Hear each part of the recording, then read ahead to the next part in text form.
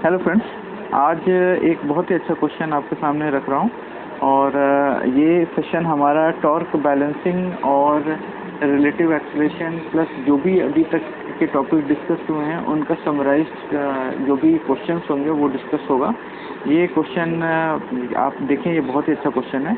आपका क्वेश्चन ये कह रहा है कि determine the minimum coefficient of friction mu minimum of thin homogeneous rod. एक रॉड होगा, थिन होमोजेनस रॉड है और फ्लोर के बीच में, रॉड और फ्लोर के बीच में आपको मिनिमम कोफिशिएंट बताना है कि eight which a person can slowly lift the rod from the floor. यानी फ्लोर पे रॉड रखा हुआ है और आपको उसको जो है ना स्लोली उठाना है और इस तरीके से उठाना है कि स्लिपेज नहीं हो to the vertical position. Vertical position आने तक जो है आपका रॉड स्लिप नहीं करे, है ना। और आपको जो रॉड है उस पर परपेंडिकुलर फोर्स लगाना है। यानी कि आप देखें, ऐसा है क्वेश्चन कि सपोज ये एक रॉड है, ये रॉड ग्राउंड पे पड़ा हुआ है और ये आपका ग्राउंड जो है ये आपका फ्रिक्शन का ग्राउंड है, म्यू मिनिमम है और आप धीरे धीरे फोर्स लगा करके इसको उठा रहे हैं। जैसे अभी ऐसे फोर्स लगाए और ये आपका ये ग्राउंड पर है, ये रॉड हो गया पूरा, ये रॉड हो गया पूरा। और आप जब इसको उठा रहे हैं, जैसे अभी आप इसको ऐसे उठाएंगे तो ये यहाँ आ जाएगा, यहाँ आ जाएगा, फिर आप उठाएंगे तो फिर ये यहाँ आ जाएगा, ये यहाँ आ गया और फिर लास्टली जो है आपका रॉड बिल्कुल स्ट्रेट हो जाएगा। लेकिन इसमें कंडीशन यही है, सपोज करें ये एफ लग रहा है, एफ लग रहा है, कंडीशन यही है कि आपका ये जो पॉइंट है, ये सपोज करें ये स्लिप नहीं करे। तो आपको एक रॉड उठाना है और उसमें कंडीशन ये है कि आपका ये रॉड नहीं स्लिप करे, यहाँ से पॉइंट ए पे स्लिप नहीं करे। तो अब हम क्या करते हैं इस क्वेश्चन के लिए कि आप एक आर्बिट्ररी सरफेस पे उसको खड़ा कर दीजिए। जैसे ये सरफेस हो गया और यहाँ तो हम इसको खड़ा कर देते हैं, ये यहाँ खड़ा हो गया और सपोज कर लें पर्टिकुलर एंगल अल्फा है, इस पे ये था, यहाँ से ऐसे फोर्स लग रहा है, ये परपेंडिकुलर फोर्स लग गया। अब हमको बताना है कि म्यू क्या रखें कि स्लिप ना करें। अब देखिए, क्वेश्चन का कंसेप्ट बहुत अच्छा है, लेकिन अब हमें ये दिमाग लगाना है कि हमें क्वेश्चन पूछ क्या रहा है। क्वेश्चन हमसे सिर्फ और सिर्फ म्यू की बातें कर रहा है कि आपको म्यू पर ही रहना है। और आप देखें, इसका मतलब ये भी है कि वो फोर्स पे डिपेंडेंट नहीं है। आपका म्यू जो होगा वाकई जो है वो सरफेस और रॉड के बीच का प्रॉपर्टी है, वो उसको फोर्स पे डिपेंड नहीं करना है। तो हमारे दिमाग में पहला पॉइंट ये आना चाहिए कि ये फोर्स से जो म्यू होगा वो इंडिपेंडेंट होगा। पहला पॉइंट इस क्वेश्चन को समझने के लिए और कैसे परस्यू करना है, तो ये चीज़ आपके दिमाग में होना चाहिए कि mu will be independent of force.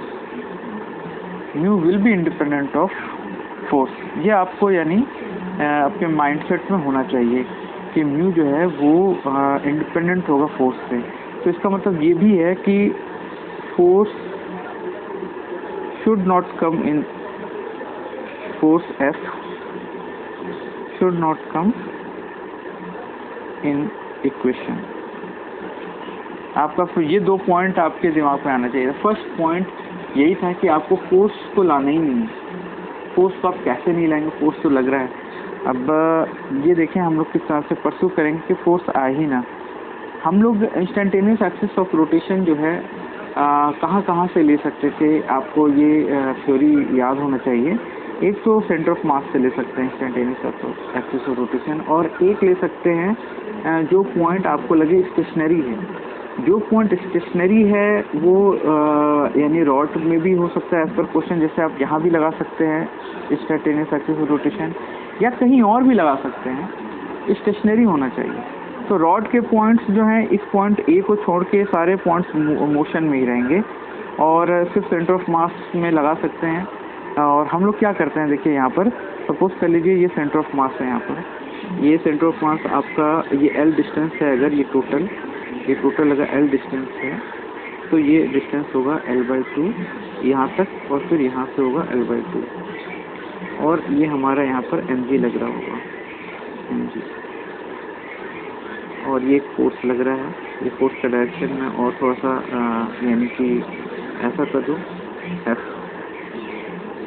बिल्कुल 90 डिग्री यहाँ पर ये फोर्स लग रहा है, ये 90 डिग्री हो गया। अब देखिए हम लोग कैसे instantaneous axis rotation of point determine करेंगे कि हमें पता है कि ये देखिए क्या करेंगे, इसको एक्सटेंड करते हैं अपन और इसको एक्सटेंड करते हैं, ये ले लेते हैं पॉइंट। अब आप देखिए इस पॉइंट का कमाल क्या होगा। अगर हम इस पॉइंट से instantaneous axis of rotation draw कर दिए तो आपका फोर्स जो है, ये फोर्स एफ, ये जो है वो अलोंग द लाइन ही है, इसका कोई टॉर्क नहीं क्रिएट होगा। ये आप अगर एक्सिस यहाँ से पास कर दें तो ये एक्सिस की तरफ ही जा रहा है, तो इसका कोई भी इफेक्टिव आर्म नहीं होगा। ये फोर्स जो है इसका टॉर्क कैंसिल आउट हो जाएगा और आपका mg भी इसी लाइन से क्रॉस कर रहा है, तो इस एक्सिस पर अगर आप mg का देखेंगे तो भी टॉर्क खत्म हो गया। तो आप ये देखें कि अगर इस पॉइंट को P ले लेते हैं, ये P पॉइंट कितना इंपॉर्टेंट है कि यहाँ से आपका जो फोर्स है वो कैंसिल आउट हो जा रहा है, उसका टॉर्क कैंसिल आउट हो रहा है। तो ये इस क्वेश्चन का यानी कि आप कहें कि एक्स फैक्टर है कि हमें इस तरीके से परस्यू करना था कि ये फोर्स भी कट जाए और अपना काम भी हो जाए। अब देखिए अगर ये आप इंस्टेंटेनियस एक्सिस ऑफ रोटेशन यहाँ से पास करवा दें तो अब देखिए क्वेश्चन क्या बनेगा।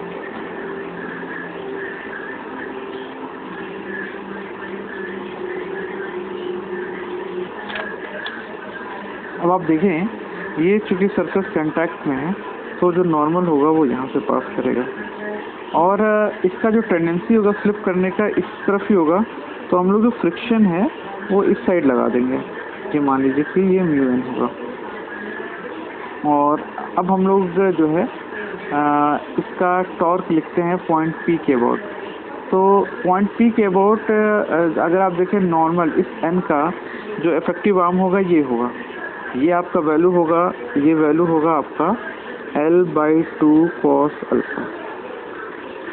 तो ये जो आपका n का जो टॉर्क आएगा वो इसको क्लॉकवाइज रोटेट करना चाहेगा, तो आप लिख दो इसको n × L/2 cos अल्फा। ये हो गया आपका n/2 cos अल्फा। और अब हम लोग जो है μn का जो टॉर्क है वो लिखते हैं। μn के लिए ये डिस्टेंस आपको पता होना चाहिए, इतना बड़ा इफेक्टिव आर्म होगा μn के लिए जो इसको एंटी क्लॉकवाइज घुमाएगा। μn यानी फ्रिक्शन का जो टॉर्क होगा वो इसको एंटी क्लॉकवाइज घुमाना चाहेगा। तो आप ये देखें ये वैल्यू हो गया आपका, ये वैल्यू हो गया, ये लिख रहा हूँ मैं, ये L/2 है तो ये हो गया L/2 sin alpha, L/2 sin alpha ये हो गया। और अब हमें ये वैल्यू बताना है, ये वैल्यू बताना है। तो आप इसको ज़रा देखें कैसे अपन निकाल सकते हैं। ये अल्फ़ा है तो ये भी अल्फ़ा होगा, ये 90 डिग्री है, तो आप ये देखें कि ये कितना होगा, ये 90 डिग्री है, ये होगा आपका 90 माइनस अल्फ़ा, ये 90 माइनस अल्फ़ा हो गया, ये आपका 90 डिग्री हो गया, ये एंगल से 90 डिग्री हो गया, ये 90 माइनस अल्फ़ा हो गया और हमें ये चाहिए। तो आपको ये पता है ये L/2 है, तो आप इस ट्रायंगल में देखें तो ये हो जाएगा L/2, ऐसे ये आपका हाइपोटेनस हो गया, ये 90 डिग्री है ना, ये आपका हाइपोटेनस हो गया, ये बेस हो गया, तो ये हो गया आपका L/2 cos 90 माइनस अल्फ़ा, ये वैल्यू यानी कि L/2 by cos 90 minus alpha, यानी ये हो गया आपका L/2 sin अल्फ़ा, ये वैल्यू। तो आप इसको लिखें,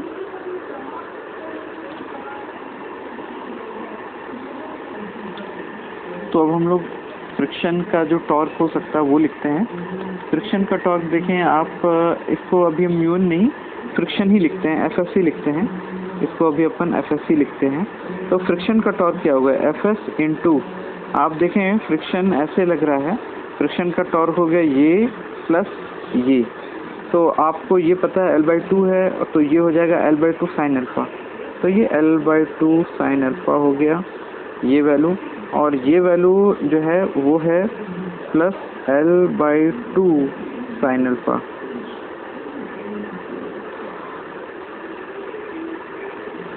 ये हो गया फ्रिक्शन का टॉर्क, और ये टॉर्क है, ये नॉर्मल का टॉर्क है। तो बॉडी स्लिप कब करेगी और बॉडी कब स्लिप नहीं करेगी? बॉडी स्लिप तब तक नहीं करेगी जब तक आपका फ्रिक्शन का जो वैल्यू है वो म्यू एन से कम है और बराबर है। इसके बीच में अगर रहेगी फ्रिक्शन की वैल्यू तो वो स्लिप नहीं करने देगी, क्योंकि फ्रिक्शन जो है तब तक संभाल लेगा जो स्लिपिंग टेंडेंसी आ रहा है। तो हमारा जो स्लिपिंग टेंडेंसी हो सकता था वो ये हो सकता था कि फ्रिक्शन को should be less than mu N. Friction should be less और इक्वल टू म्यू एन, तो फिर आपका ये बॉडी स्लिप नहीं करेगा, यानी कि फ्रिक्शन अपने वैल्यू के अनुसार जो है इसको मैनेज कर लेगा। और ये है आपका टॉर्क बैलेंस करना। ये अपन टॉर्क बैलेंस कर लेते हैं, जो भी टेंडेंसी था रोटेट होने का ये यहाँ से बैलेंस हो जाएगा। और अब अपन लिखते हैं यहाँ से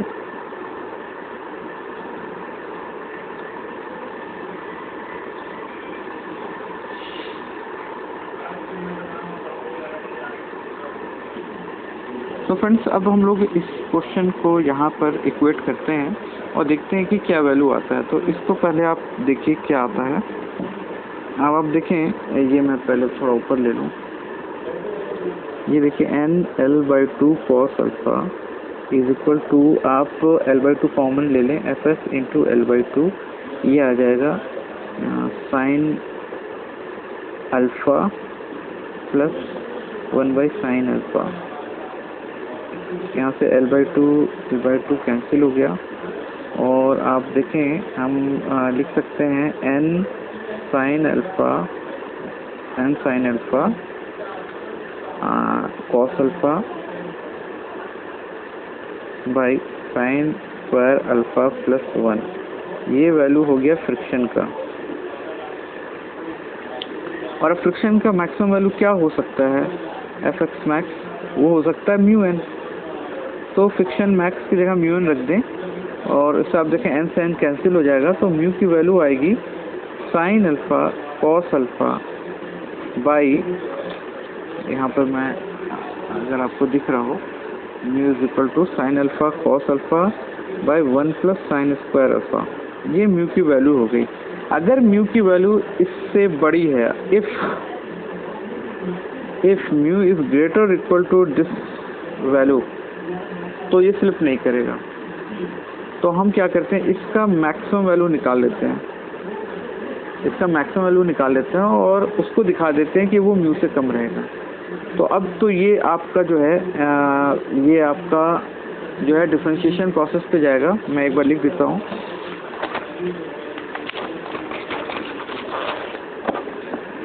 ये देखिए, आपका अब इक्वेशन बन रहा है sign alpha cos alpha by 1 plus sine square alpha. अब आप इसको मैक्सिमम करना है, क्या हो सकता है। तो आप देखें, मैं इसको एक काम करता हूँ कि tan थीटा बना लेता हूँ चारों तरफ। तो tan थीटा बनाने के लिए आप ऐसा कर लें कि इसको cos स्क्वायर अल्फा से डिवाइड कर लें ऊपर नीचे। तो आपको दिखेगा cos स्क्वायर अल्फा करेंगे तो tan अल्फा बन जाएगा ऊपर, और नीचे 1/tan स्क्वायर अल्फा होगा, तो वो हो जाएगा cot square alpha plus tan square alpha. जी आप देख लें क्या मैं सही लिखा हूँ कि नहीं। cos स्क्वायर अल्फा से ऊपर नीचे डिवाइड करेंगे तो एक cos अल्फा खत्म, तो tan अल्फा बना, और cos स्क्वायर अल्फा ये 1/cos स्क्वायर अल्फा करेंगे जब आप यहाँ पर, तो sec स्क्वायर अल्फा बनेगा, ये sec स्क्वायर अल्फा होगा। तो आपके पास हो गया, अगर इसको x बना लें तो x हो गया, ये sec स्क्वायर अल्फा है, तो ये 1 प्लस 2x स्क्वायर हो गया। अब आप इसका d ऑफ dx जो है इसका आप इक्वेट कर दें 0 से। ये एक मैथ का डिफरेंशिएशन प्रोसेस हो गया। अब आप देखें dy/dx अगर अपन करते हैं तो पहले आप इसका करेंगे तो 1 आएगा, ये इस तरह से रह जाएगा, माइनस ये उसको रोकेंगे और डिनोमिनेटर का डिफ्रेंशिएशन करेंगे तो 2 2 जा 4x स्क्वायर ये हो जाएगा, और नीचे जो है ये 1 + 2x स्क्वायर का होल स्क्वायर रहेगा। इसको आप 0 से इक्वेट करें तो देखें 1 + 2x स्क्वायर - 4x स्क्वायर = 0 कर दें, यानी कि 1 = 2x स्क्वायर, यानी x हो जाएगा 1/√2। यानी म्यू आपका x क्या था, आपका x आपका tan अल्फ़ा था, tan अल्फ़ा जो है वो आ गया 1/√2। ये देख लें अगर ये सब कुछ सही तो लिखा है हमने। tan अल्फ़ा आपका इस पे जो है आपका मैक्सिमम वैल्यू आएगा। ये एक्सप्रेशन जो है tan अल्फ़ा 1/√2 पर मैक्सिमम वैल्यू आएगा। तो क्या होगा मैक्सिमम वैल्यू, तो आप इसमें 1/√2 डाल दें, इस एक्सप्रेशन में tan अल्फ़ा का वैल्यू 1/√2 डाल दें तो आ जाएगा 1/√2 बाई 1 + 2 × 1/2। ये वैल्यू हो गया। अब आप देखें क्या आएगा, ये 1/√2 इंटू ये 2 से 2 कैंसिल हो गया, तो ये आ गया 1 + 1 2√2। यानी ये एक्सप्रेशन हो गया आपका वैल्यू मैक्सिमम 1/2√2। तो म्यू जो था हमारा अगर इससे 1/2√2 से बड़ा हो जाए तो ये बॉडी नहीं स्लिप करेगा। तो अब हम लोग एक बार फिर से जनरलाइज करें कि हम लोगों ने क्या सीखा। ये बहुत ही अच्छा क्वेश्चन था। पहला तो ये क्वेश्चन था कि आपको म्यू से ही सारा ये एक्सप्रेशन को डील करना था कि कितना म्यू रखें कि ये बॉडी जो है वो वर्टिकल हो जाए और स्लिप भी ना करे। तो पहला जो दिमाग हम लोगों ने लगाया कि ये फोर्स आ ही नहीं कंसिडरेशन पे, तो इसलिए हम लोगों ने इंस्टेंटेनियस एक्सिस ऑफ रोटेशन इस तरह का चूज़ किया जिससे फोर्स का कोई टॉर्क ना आए। तो ये आप कंसेप्ट देख सकते हैं कि किस तरह से हम लोगों ने एक्सिस ऑफ इंस्टेंटेनियस एक्सिस का पॉइंट चूज़ किया। दो जो आर्म थे फोर्स के आर्म, उनको इंटरसेक्ट करवा दिया। जो mg का आर्म जो बन सकता था और जो फोर्स का आर्म बन सकता था उसको इंटरसेक्ट करा करके एक इंस्टेंटेनियस एक्सिस जहाँ से पास करेगा वो पॉइंट ले लिया, और फिर उसके बाद जो है वो टॉर्क इक्वेशन को बैलेंस कर दिया। टॉर्क इक्वेशन ये बन गया आपका। टॉर्क इक्वेशन बैलेंस करने के बाद फ्रिक्शन जो है वो म्यू से कम रहे इसको लगा दिया, यानी फ्रिक्शन का मैक्सिमम वैल्यू म्यू है, और अगर वो वैल्यू जो भी आपका आ रहा है अगर उससे कम है तो फिर फ्रिक्शन ही स्लिपिंग को रोक देगा। तो हम लोगों ने जो है यहाँ पे पहले तो टॉर्क बैलेंस किया, इसके बाद जो है ये फ्रिक्शन का इक्वेशन लिख दिया। यहाँ पर जो भी n के टर्म में आ रहा था फ्रिक्शन का मैक्सिमम वैल्यू म्यू हो सकता है, तो ये प्रोडक्ट हमने लिख दिया म्यू। अब इसको जो म्यू को ज़्यादा होना होगा, ये जो आ रहा है आपका फोर्स, उससे हम लोगों ने म्यू का वैल्यू निकाल लिया। म्यू का वैल्यू जो है इससे बड़ा होना चाहिए, तो इसका मैक्सिमम वैल्यू निकाल लिया, और जो भी मैक्सिमम वैल्यू अगर उससे म्यू ज़्यादा है तो ये आपका क्वेश्चन बन गया। उसके बाद तो आप देखें कुछ भी नहीं था इस क्वेश्चन में, बस हमें इस एक्सप्रेशन का मैक्सिमम वैल्यू निकालना था, जो कि हम लोगों ने इसको sin थीटा के फॉर्म में जो है पूरे एक्सप्रेशन को डाल करके इसका d/dx कर दिया और उसको 0 से इक्वेट कर दिया। तो हमें tan अल्फ़ा 1/√2 आ गया, और इस 1/√2 का वैल्यू हमने यहाँ डाल दिया इस एक्सप्रेशन पे, जिससे हमें मैक्सिमम वैल्यू आ गया 1/2√2। और यही हमारा म्यू से, अगर म्यू से ज़्यादा है तो फिर ये बॉडी जो है स्लाइड नहीं करेगा। तो आज के लिए दैट्स ऑल माय फ्रेंड।